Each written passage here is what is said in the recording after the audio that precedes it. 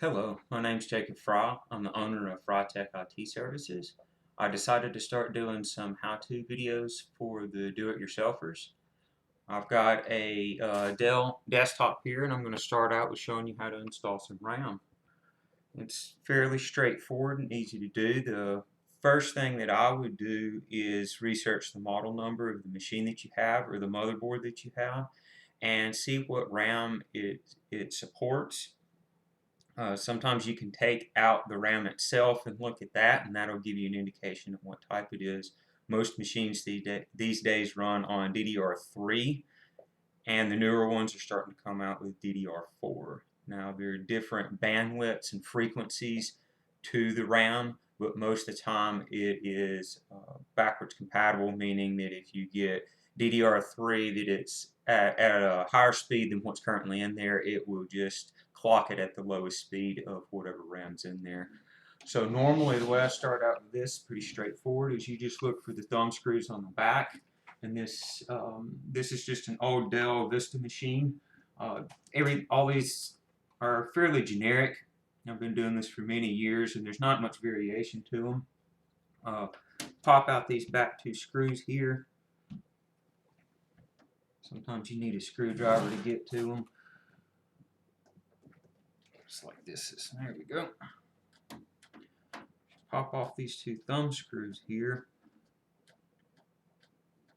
There we go. And then all you do is look at the back of the machine, and you see down here there's where the motherboard is going to be. So you want to pop off the opposite case side. You just pull it away from the machine and then set it to the side. Now this is a fairly nasty machine. It was an old machine that a client of mine didn't need anymore. So your RAM is right here in the center. See if I can get a little closer shot to that. Yeah, it's right here. You have white and black locking keys here, and these are normally color coded. You see how the RAM split up right here. You normally start with the slot closest to the processor, and then you'll do the same colored slot and go from there. Some motherboards are different than others, but that's the way that this one's set up. So all you do is you push those little keys out from either side of the RAM, and it pops the RAM up on its own, and then you just pull it right out. Now you want to make sure when you're doing this that you're good and grounded. A good way to ground yourself is you can buy a wristband that will ground you that you plug into the wall, or like I like to do is just touch the case a lot. And humidity has a lot to do with static electricity, so normally the higher the humidity, the less the static electricity. Now if you look at this RAM right here, get a good close-up of that, if it'll focus in on it. This is DDR2 RAM. It is a 1 gig chip, and it's PC 5300, which is the throughput of it. And this one can take any other PC2 RAM in it. So you can remove the other chip here, and then so you've got empty slots. And then to put the RAM in or to increase the RAM, you would just do the same thing. The RAM is got a key right here, and this side's just a little bit longer than this side. And if you look down into the motherboard, you can judge which side's longer. Sometimes on this DDR2 it's a little bit harder to do. And once you line that key up, you just push with both fingers on either side until it snaps. And once you hear that snap, it's in. And then if I was going to add extra RAM to this, once I had these back into place, is I would just stick it next to it. So I've got some old RAM here that was some of my brother's RAM. This is some old Corsair RAM, DDR2. And just pop this out of the case here.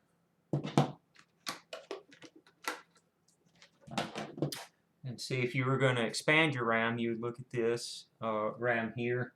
It's DDR2. It is actually 6400 RAM, so everything would clock down to the 5300 speed on this particular machine if it would support it. Now this happens to be RAM that goes together. It's called dual channel memory. They work together, and normally they go in the same color slot. So I don't know if this machine would actually support this, but if it did support it, then the way you would put it in, let's just pop these black locks out towards each side of the case and just slide the RAM right in.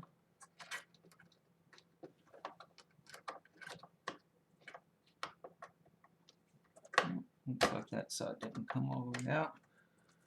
And push in both sides until you hear it snap. Do the same with this one. And bam, there you go. That's a real easy way to install memory. Like I said, most of the RAM in these are on these motherboards are all the same. They might be in different directions or things like that, but 99% of the RAM that I've ever seen in a desktop is pretty much the same. Once you know what type of RAM goes into your machine, it's easy enough to purchase it and put it in, but you definitely want to make sure it's compatible. If your computer boots up and everything powers up and LEDs are on and you know there's nothing else wrong with it, and nothing comes on the screen, then it's most likely incompatible RAM that you've installed. A good way to diagnose that is to take out the old RAM and just put in the new RAM and see if that fixes it, or take out the new RAM and just have the old RAM in, and do certain combinations of it with certain slots, because sometimes the DIMM slots go bad. But that's it. That should be pretty straightforward. Hopefully you got the information you need out of this video to be able to install your own RAM.